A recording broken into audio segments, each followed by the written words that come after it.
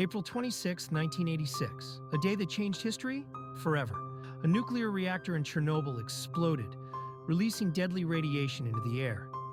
To this day, the area remains one of the most dangerous places on Earth.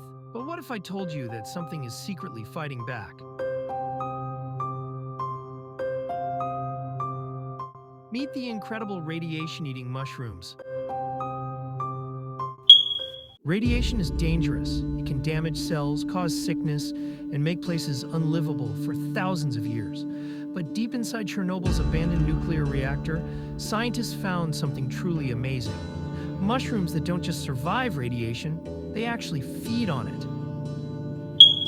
These fungi are called Cladosporium sphaerospermum, and they have a special superpower. They use radiation just like plants use sunlight. This process is called radiosynthesis. Instead of making food from light, they make food from radiation. The secret lies in melanin, the same pigment that gives color to human skin. These mushrooms are packed with melanin, which absorbs radiation and converts it into energy. It's like they have a built-in radiation shield. Scientists are now asking, can we use these mushrooms to protect astronauts from space radiation or clean up nuclear disasters? Maybe one day, mushroom walls could keep us safe from harmful radiation everywhere.